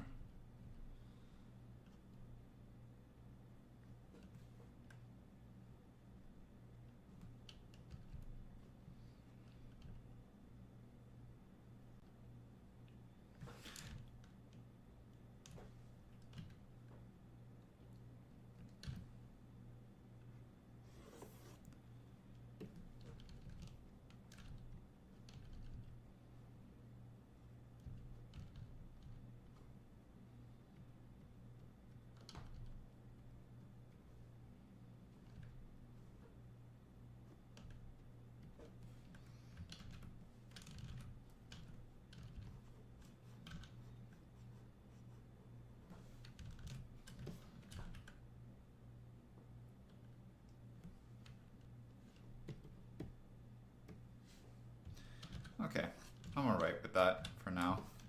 I might review, I will. I always go over portraits like a million times, because it's important, but it feels pretty good for now. I think the cheek is a little off.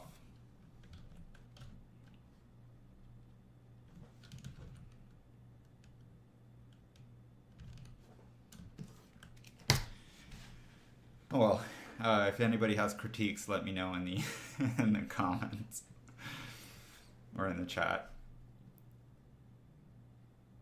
What kind of things do you mean by giving it more attention? So, if you look at some anime styles, you'll see like there's an overwhelming amount of detail around the eyes that you just don't see anywhere else in the illustration, and it's not just for anime. It's like a lot of more stylized, like non-realistic art styles. They just put way more detail into the face than they do for the rest of the character.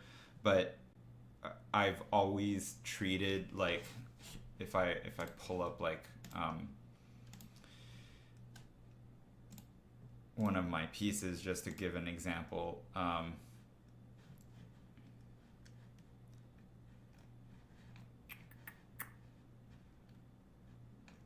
whereas I can't I'm trying to find like a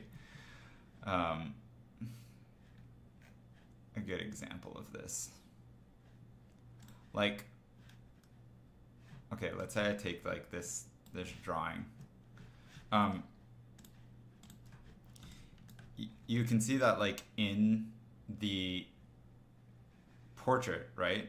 Like I put the same amount of detail, like the details in the portrait are the same amount of crispiness as they are like on the shoulder pad and on the hand and like down to the feet, right? Like everything across the board is treated with the same amount, the same level of detail. And I often do that in the rest of my art, where like, you know, even if the portrait is like appealing, it's not really super crisp. It's only just as crisp as you would see like in the belt or in the, you know, the knee pads. Like there's no special attention to detail. Right? I'd have to kind of like pull up, you know, some other artists, but I'm not gonna go pull up more art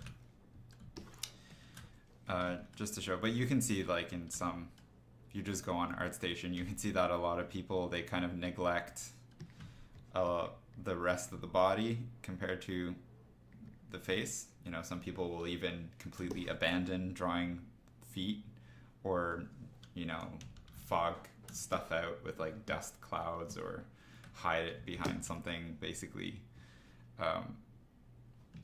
Yeah, just, I don't want to call it getting lazy or whatever, but I'm just on the other side of the spectrum. I don't like give specific attention to anything like I'm doing for my line art, right? Like the line art is the same quality in the head than it is in the feet, right? I'm not getting lazy and just going like do do do do do. Trying to stay nice and crisp. But with that said, I am going to I'm gonna head out. I'm not actually gonna finish this line art in this stream. I know I'm really close, but I'm really hungry too. I have a boot left, but I also have some VFX and stuff. So yeah, almost 7:15. I'm gonna go eat some dinner. It was really nice streaming. And yeah, we'll stream again soon. Just impromptu, probably, but I'll see you guys in the next stream. Thanks for hanging out. Ciao, ciao.